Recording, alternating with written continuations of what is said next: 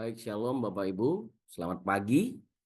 Tentunya memasuki minggu terakhir di bulan Februari ini kita mengucap syukur kepada Tuhan ya. Pagi ini kembali kita bicara tentang pengampunan dan bagaimana hidup kita menang atas kekecewaan. Saya sampaikan firman ini kemarin di KGC Jakarta dan saya juga akan sampaikan hal yang sama untuk setiap kita di uh, doa kita pagi ini, yaitu menang atas kekecewaan. Saya boleh bertanya kepada Bapak Ibu dan jawab di dalam hati, apa sih ciri-ciri orang yang kecewa? Ya, pertanyaan yang sama saya sampaikan juga kemarin, dan ada orang yang berkata, orang yang kecewa itu gampang marah. Kemudian orang yang masih punya rasa kecewa dalam hati suka ya menggerutu. Tapi ada satu yang saya sangat menggelitik dan memang itu yang saya dapatkan dan itu yang kita sering temukan. Orang yang kecewa itu menyerang orang lain. Ada sedikit perkataan orang membalas, menyerang, ya, dan cenderung ingin supaya orang lain itu sepertinya nggak lebih baik dari dia, ya. Jadi suka menyerang. Nah, Bapak Ibu coba lihat kepada diri kita. KGP coba lihat kepada diri kita. Apakah ciri-ciri ini ada dalam hidup kita? Karena orang yang suka menyerang, orang yang bersungut, orang yang suka marah, gampang marah, ya itu berarti adalah orang-orang yang belum bebas menang dari kekecewaan. Dan masalahnya, banyak orang masih mengalami hal yang sama di dalam gereja. Sekalipun sudah melayani, sudah rajin beribadah, tetapi gampang menyerang. Ada orang sedikit salah, wah diserang. Padahal kan orang sebetulnya kalau udah salah, yang dibutuhkan bukan serangan, yang dibutuhkan lagi, dengar Bapak Ibu, bukan lagi eh, nasihat-nasihat yang nggak perlu, walaupun nasihat itu penting. Tetapi orang yang berbuat salah, itu yang dibutuhkan adalah penerimaan, pengampunan. Nah jadi ini yang terjadi hari-hari ini, fenomenanya. Orang udah salah, kemudian dinasihat-nasihatin. Orang yang udah salah itu yang paling pertama dia butuhkan adalah penerimaan dari kita. Nanti setelah itu berproses kepada dinasehati dan orang itu merasa bahwa dirinya diampuni, Bapak Ibu. Tapi seringkali justru orang yang bersalah itu kita serang. Wah, kita marah. Kita berkata, kamu itu nggak bisa dibilangin ya, kamu itu begini, begitu. Waduh. Mungkin mulut kita nggak ngomong, tapi hati kita dan pikiran kita ngomong begitu. Dan sekali lagi, orang yang belum menang atas kekecewaan cenderung mencari kesalahan orang lain dan menyerang orang lain. Nah itu sebabnya kita harus menang atas kekecewaan. Dan ini minggu terakhir kita bicara tentang pengampunan. Bulan depan kita akan bicara tentang rekonsiliasi. Bagaimana kita membereskan kepada orang-orang yang pernah kita kecewakan dan kepada orang-orang yang pernah mengecewakan kita. Nah, kita lihat ya, apa saja sih yang perlu kita lakukan supaya kita menang dari kekecewaan. Nah, masalahnya kebenarannya saya bacakan dulu buat kita. Setiap orang pernah dikecewakan dan setiap orang pernah mengecewakan. Ya. Nah, saya mau bilang gini, bahwa orang yang paling sering kali mengecewakan kita adalah orang terdekat kita. Tapi jangan lupa Bapak Ibu, karena prinsip yang sama juga terjadi pada kita. Kalau orang yang paling sering mengecewakan kita adalah orang terdekat kita, berarti dengar baik-baik, kita pun punya kans terbesar untuk mengecewakan orang-orang yang terdekat dengan kita. Jadi kita jangan berpikir, hanya selalu berpikir, siapa yang mengecewakan saya? Oh, itu orang-orang terdekat saya. Dengar baik-baik. Kita pun harus mulai memikirkan apa yang kita lakukan terhadap orang-orang terdekat kita. Jadi bukan hanya satu sisi, tapi kita melihat dari dua sisi. orang terdekat kita, siapa yang mengecewakan kita? Dan siapa yang kita kecewakan? Nah, kita seringkali menuntut, tapi kita tidak pernah mengoreksi diri kita. Nah, jadi kebenarannya adalah setiap orang pernah dikecewakan dan setiap orang pernah mengecewakan. Nah, Alkitab berkata dalam Mazmur 55 ayat 13 sampai 15, 13 sampai 15, kalau musuhku yang mencela aku masih dapat menanggungnya. Kalau pembenciku yang membesarkan diri terhadap aku masih dapat menyembunyikan diri terhadap dia. Kemudian dikatakan, tetapi engkau yang dekat dengan aku, temanku, dan orang kepercayaanku. Ya, orang kepercayaan Bapak Ibu. Kalau orang yang nggak Bapak Ibu nggak percaya, ya nggak mungkin lah dia mengecewakan kita. Karena memang kita nggak percaya, ya udahlah nggak apa-apa.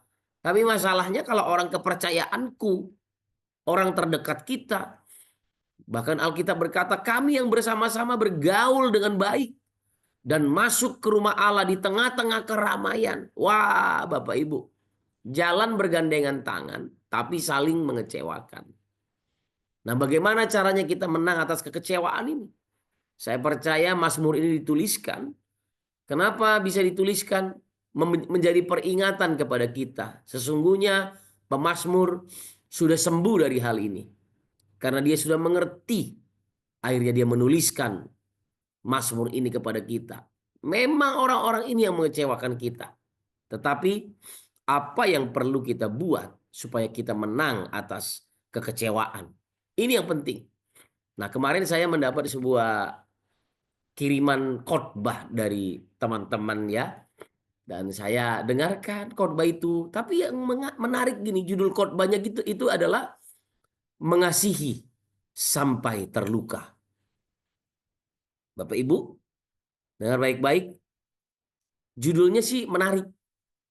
Tapi saya mau katakan bahwa orang mengasihi itu nggak akan terluka, Bapak Ibu. Apalagi kalau mengasihi sampai terluka. Orang mengasihi itu sembuh. Pak Arifin kemarin menyampaikan, Pastor Arifin, senior pastor kita mengatakan gini kepada kita. Bahwa menikah itu bukan untuk mencari bahagia, Bapak Ibu. Tapi menikah itu untuk membagi kebahagiaan.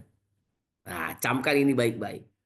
Banyak orang berpikir kalau dia menikah dia akan berbahagia. Dia dalam keadaan sakit hatinya, dalam keadaan terluka, lalu nanti dia mau menikah dan dia akan mendapatkan kebahagiaan dari pasangannya. Saya mau katakan gini Bapak Ibu, kau nggak akan menemukan itu. Karena menikah adalah membagi kebahagiaan. Dan kemarin pesan yang disampaikan oleh senior pastor kita adalah waktu kita membagi kebahagiaan, kita akan lebih berbahagia dan bertambah kebahagiaannya. Wah, ini prinsip. Jadi kalau ada orang mengatakan mengasihi sampai terluka, itu bukan kasih. Karena kasih itu apa? Kasih itu membebaskan, Bapak Ibu. Kasih itu menyembuhkan. Kasih itu memulihkan. Jadi orang kalau karena kasih mengasihi dia terluka, itu bukan kasih. Nah, itu sebabnya kita perlu berhati-hati Bapak Ibu. Waktu kita mendengarkan firman, banyak kali hari-hari ini firman itu hanya sekedar motivasi-motivasi. Ya, orang-orang zaman sekarang ini mengutip tetapi tidak ada kebenaran di dalamnya Bapak Ibu. Karena kebenaran itulah firman, yaitu Kristus. Jadi mengasihi sampai terluka itu bukan kalimat yang benar menurut saya. Ya, dan menurut firman. Karena mengasihi itu menyembuhkan. Mengasihi itu memulihkan. Jadi kalau saya punya kasih, saya nggak akan terluka Bapak Ibu. Karena Kristus sudah menanggung semuanya itu di kayu salib untuk kita. Semua luka, semua kekecewaan, semua sakit penyakit kita itu udah disembuhkan. Percayai apa yang Tuhan katakan kepada kita Bapak Ibu. Oleh bilur-bilurnya kamu sudah sembuh. Bukan justru terluka. Ya. Nah, tapi masalahnya balik lagi. Orang terdekat kita lah yang berpotensi untuk menyakiti kita. Nah, masalahnya ada kasih nggak dalam hati kita, dalam hidup kita. Waktu engkau mengasihi, engkau membagi kebahagiaan itu, engkau tidak akan pernah terluka. Katakan amin. Ya. Oke. Kekecewaan membuat hidup Anda tidak maksimal, melumpuhkan hidup Anda. Ini terjadi dalam pelayanan kok, di gereja. Gembala merasa disakiti oleh domba-dombanya. Yang namanya gembala itu, ya namanya kita juga domba, Bapak Ibu. Domba itu memang harusnya jadi korban. Ya, makanya Yesus disebut dengan anak domba Allah. Jemaat itu kita domba. Saya juga domba dari Kristus. Yang namanya domba itu memang apa sih? Kan gitu loh. Apa yang kita perlu pertahankan? Kita ini cuma domba. Binatang yang diajar, mohon maaf ya, dianalogikan sebagai domba. Binatang yang memang hidupnya itu taat aja sebetulnya. Makanya Alkitab berkata, dombaku mengenal suaraku. Tapi seringkali kita nggak mengenal suara Tuhan. Kita disuruh mengampuni, kita disuruh memaafkan, kita nggak memaafkan, kita nggak mengampuni. Berarti kita nggak kenal suara Tuhan kita.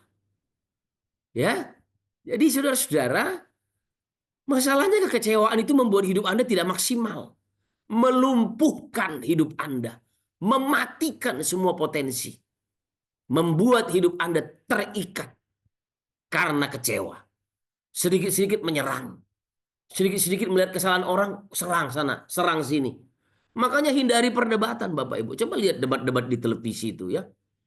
Sekarang ini yang lagi rame, pengacara-pengacara lagi ribut di pengadilan sampai naik ke meja di pengadilan. Bayangkan Bapak Ibu.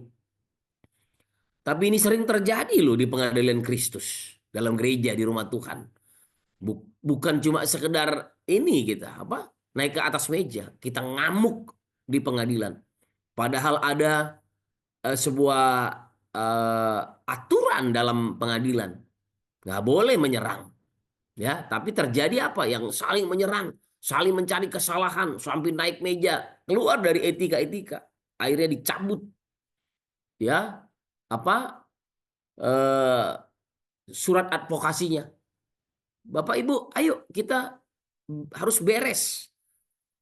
Kekecewaan membuat hidup Anda tidak maksimal, melumpuhkan hidup Anda. Dan ini terjadi karena kita masih terikat dengan luka masa lalu. Ini terjadi karena kita masih belum bebas dari luka-luka di masa lalu kita. Jadi saya tidak agak risih mendengar tema khotbah itu kemarin, mengasihi sampai terluka. Ya, yang terluka itu udah Yesus. Yesus sudah menyelesaikan semua di kayu salib untuk kita. Ayo bereskan hati kita pagi ini. Nah, kita lihat beberapa hal sederhana saja. Saya dengan cepat saja ya, 10 menit ke depan. Suatu yang setiap orang alami, yaitu luka-luka di masa lalu. Lukas 7:23 berkata, dan berbahagialah orang yang tidak menjadi kecewa dan menolak aku. Saya simpulkan ayat ini sederhana. Alkitab berkata, ayat ini berkata, dan berbahagialah orang yang tidak menjadi kecewa. Artinya apa? Orang yang kecewa tidak akan berbahagia. Ya, apalagi menolak Tuhan. Jadi, kalau kita menolak Tuhan, kita menolak kasih Kristus. Dan waktu kita menolak kasih Kristus, kita kecewa Bapak Ibu. Dan tidak berbahagia. Jalan keluarnya adalah mengampuni ataupun pengampunan. Kita terbebas, kita terlepas. Kita bisa berkata, terima kasih Tuhan, aku mengucap syukur kepadamu. Itu yang bisa kita katakan. Kalau kita mengampuni. Mengampuni, mengampuni lebih sungguh. Tuhan lebih dulu mengampuni kepadaku. Mengampuni, mengampuni lebih sungguh. Amin, Bapak Ibu. Mau mengampuni? Ya, ayo kita lihat beberapa hal. Kenapa kita harus mengampuni? Kita harus mengampuni karena kita sudah terlebih dahulu diampuni. Ya. Efesus 4 ayat 32 berkata, tetapi hendaklah kamu ramah seorang terhadap yang lain, penuh kasih mesra, dan saling mengampuni, sebagaimana Allah dalam Kristus telah mengampuni kamu. Kenapa kita harus mengampuni? karena kita pun sudah diampuni. Katakan kepada dirimu hari pagi ini, saya harus mengampuni karena saya sudah diampuni. Ini bukan kata-kata motivator Bapak Ibu yang membuat engkau menjadi lebih baik dalam hidupmu. Dengar. Engkau itu sudah yang terbaik. Masalahnya engkau mau hidup nggak dalam apa yang Tuhan sudah berikan kepada engkau, kepada dirimu. Jadi kita harus mengampuni karena kita sudah diampuni. Katakan amin. Ya, sebagaimana Allah di dalam Kristus telah mengampuni kamu. Kesadaran ini sangat dibutuhkan dan sangat penting untuk hidup kita, Bapak Ibu. Karena kita sudah diampuni. Yang kedua, supaya kita tidak tersiksa, diserahkan pada algojo. Dalam Matius 18 ayat 34. Maka marahlah tuannya itu dan menyerahkannya kepada algojo sampai ia melunaskan seluruh hutangnya. Algojo itu maksudnya apa? Kuasa kegelapan, kuasa iblis. Dan dengar baik-baik, menderita Bapak Ibu, tersiksa. Kita seringkali tersiksa dalam hati kita. Manusia seringkali tidak mau melepaskan pengampunan. Sedikit-sedikit marah, sedikit-sedikit menyerang. Kamu yang salah, ini gimana? Kemarin saya kasih sebuah berita baik, contoh ya. Pagi-pagi kita tahu kemarin yang berkhotbah di kita adalah senior pastor kita, Pak Timotius Arifin. Tiba-tiba pagi-pagi saya WA beliau. Shalom Dedi, apa kabar? Lalu dia nanya, dia telepon saya. Ada apa Togap? Katanya. Karena kebiasaan Bapak rohani kita ini kalau kita udah WA dia pasti telepon. Atau kalau kita telepon dia nggak jawab, nanti dia pasti telepon balik. Ya, saya bersyukur kita punya Bapak rohani seperti beliau ya. Jadi kalau ditelepon, telepon balik. Tadi malam juga saya telepon Pak Roni Daud, dia nggak angkat. Lalu saya pergi tidur, tadi pagi saya lihat ada miss call dari Pastor Roni Daud. Demikian juga dengan Ibu Nancy. Saya telepon, dia nggak angkat. Tadi pagi saya lihat ada miss call. Kita bersyukur punya bapak-bapak rohani yang baik ya, yang punya karakter Kristus. Kita panggil ada untuk kita. Nah jadi Bapak Ibu, waktu pagi-pagi itu ibadah, tiba-tiba Pak Arifin bilang, Togap ini saya nggak ada loh jadwalnya. Kok saya ada di KGC hari ini, KGC Jakarta. Oh iya Didi, tapi ini jadwal sudah lama di schedule gitu ya. Lalu banyak. Akhirnya pagi itu dia bilang gini sama saya. Kamu gantikan saya karena sepertinya saya nggak sempat. Saya masih ada janji dengan orang lagi jam 10. Sementara ibadah kita setengah 10 pagi. Jadi tidak mungkin kan. Lalu saya coba telepon Pak Roni Daud. Kak Roni, bisa nggak ke KGC? Karena pagi ini ternyata Pak Arifin ada miss sedikit. Lalu Kak Roni bilang nggak bisa toh Gap. Saya pimpin pujian juga di GRC. Saya tanya Kak Nancy kemana? Oh nggak ada juga, dia lagi ke Pluit, lagi khotbah di PIK katanya atau di Pluit. Oh, lalu saya konfirmasi lagi sama Pak Jansen, Pak Jansen, Pak ini gini.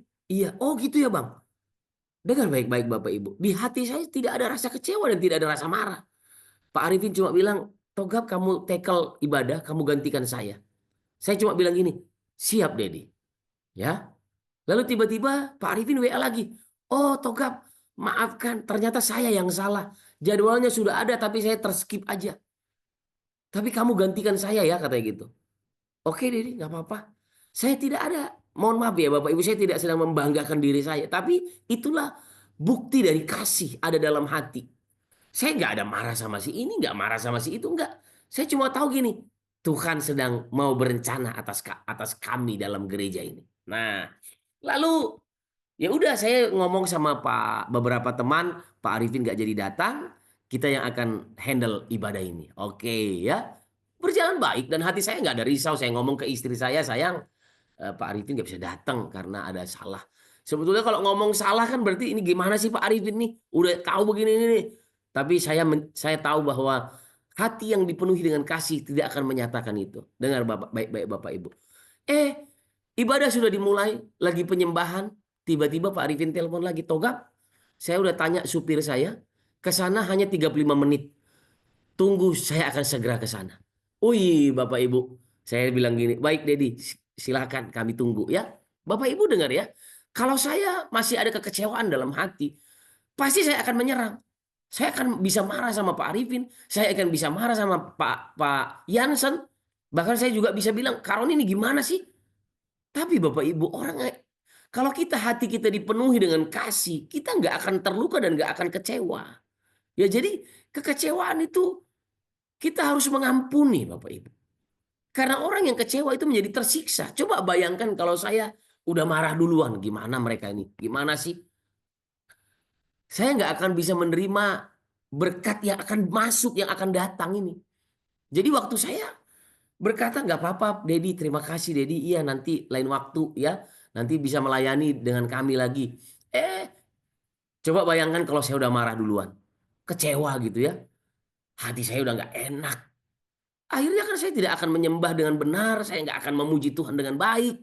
Saya kecewa. Nah ini yang perlu kita pikirkan.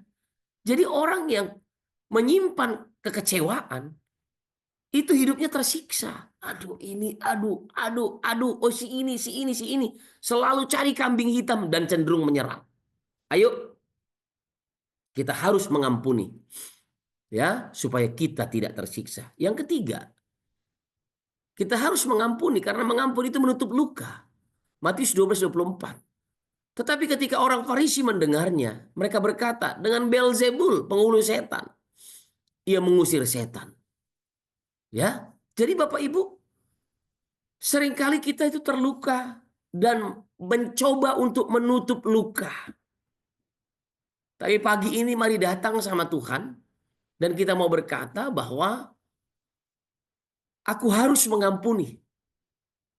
Karena ternyata waktu aku mengampuni itu memulihkan. Bukan hanya menutupi, tetapi menyembuhkan. Ya, ini yang perlu terjadi dalam hidup kita. Kita harus mengampuni, ya Bapak Ibu. Nah, berikutnya kita lihat apa lagi? Menang atas kekecewaan, kita harus mengampuni karena mengampuni itu melepaskan mayat dari hidup kita. Dalam Roma 7 ayat 24 dikatakan, Paulus berkata, aku ini manusia celaka. Siapakah yang akan melepaskan aku dari tubuh maut ini? Bapak Ibu dengar baik-baik. Waktu engkau tidak mau mengampuni, sebetulnya engkau adalah mayat hidup. Bahkan dalam penghukuman di zaman Israel dulu, zaman Yahudi, ada mayat diikatkan kepada orang yang hidup. Bapak Ibu, the body of death. Dia katakan, aku ini manusia celaka. Siapakah yang akan melepaskan aku dari tubuh maut ini? Orang yang kecewa itu, Bapak Ibu, orang yang udah mati sebetulnya. Orang yang kecewa itu adalah mayat yang hidup. Itu sebabnya Tuhan tidak mau engkau hidup dalam kekecewaan. Dia datang ke dunia ini. Dia mengampuni kesalahan-kesalahan dan pelanggaran-pelanggaran kita, Bapak Ibu. Dia disalibkan. Dan dia berkata, sudah selesai. Dan ampunilah kami, seperti kami juga mengampuni orang yang bersalah kepada kami. Jadi waktu kita melepaskan pengampunan, kita melepaskan hidup kita dari mayat. Kita yang mati dihidupkan kembali. Karena orang yang menyimpan kekecewaan, mati dalam kekecewaannya. Sudah mati dalam kekecewaannya. Makanya kita lihat orang yang kecewa itu sakit-sakitan Bapak Ibu. Cancer lah, inilah, itulah. Kemarin juga kita dengar informasi, bukan informasi ya, kebenaran dari Pastor Arifin. Dia katakan bahwa orang yang kecewa itu Bapak Ibu, rata-rata orang yang kena cancer, terutama cancer payudara dia bilang. Itu nggak semuanya ya, tapi 90% lebih itu karena kekecewaan. Orang mengidap sakit penyakit itu karena kecewa Bapak Ibu. Bayangkan orang kalau sakit terikat dengan sakitnya. Makanya sekali lagi saya nggak setuju mengasihi sampai terluka. Nggak ada orang mengasihi terluka. Orang yang mengasihi itu sembuh hatinya. Katakan amin ya. Nah, yang kelima yang terakhir. Nanti Bapak Ibu sharingkan ya. Apakah masih ada kekecewaan di hatimu? Sederhana aja. Ya, dan ini cara-caranya untuk kita bisa melepaskan hidup dari kekecewaan, the body of death tadi ya. Supaya Tuhan ditakuti. Mazmur 130 ayat yang keempat dikatakan, padamu katanya, pada Tuhan ada pengampunan. Supaya Tuhan ditakuti. Kristus datang dengan pengampunan. Kristus datang membawa pengampunan. Kristus datang membawa kasih kepada kita. Supaya apa? Supaya namanya ditakuti orang. Sama. Saudara mau dihormati? Saudara mau ditakuti orang? Saudara mau dipermuliakan bersama-sama dengan Tuhan? Lepaskan pengampunan. Orang yang diampuni akan tahu untuk memberi rasa hormat kepada kita. Orang yang kesalahannya engkau ampuni justru akan mengalami pertobatan. Orang yang diampuni, dikasihi dan diterima, mereka akan mengalami Kristus. Dan mereka akan bertobat dan berubah hidupnya. Kalau kita tidak mengampuni Bapak Ibu, kita nggak akan pernah melihat lewat hidup kita orang lain menerima Yesus. Ya, dengar baik-baik. Nggak akan pernah lihat. Orang tersebut mungkin bisa menerima Yesus, tapi bukan karena kita. Sekalipun kita mengucapkan, ayo terima Yesus, tapi bukan kamu yang melakukannya. Kristus sendiri yang mengerjakannya. Tapi waktu kita melepaskan pengampunan, orang diterima, orang akan mengalami perubahan. Ya, sharingkan kelima hal ini di breakout room.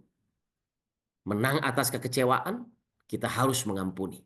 Ya, ciri-ciri dari kecewa tadi ada nggak dalam diri saudara? Suka menyerang orang, sedikit-sedikit, saya kok nggak dihormati, saya begini nih, saya begini. Itu orang kecewa Bapak Ibu ya. Ayo sharingkan bersama-sama, kita mau sembuh bersama-sama. Karena apa? Karena Kristus sudah mati untuk kita, menyembuhkan kita. Kita berdoa, Tuhan berkati setiap kami, ampuni semua pelanggaran kami. Engkau bekerja nyata atas hidup kami. Demi nama Yesus. Haleluya, amin. Silakan.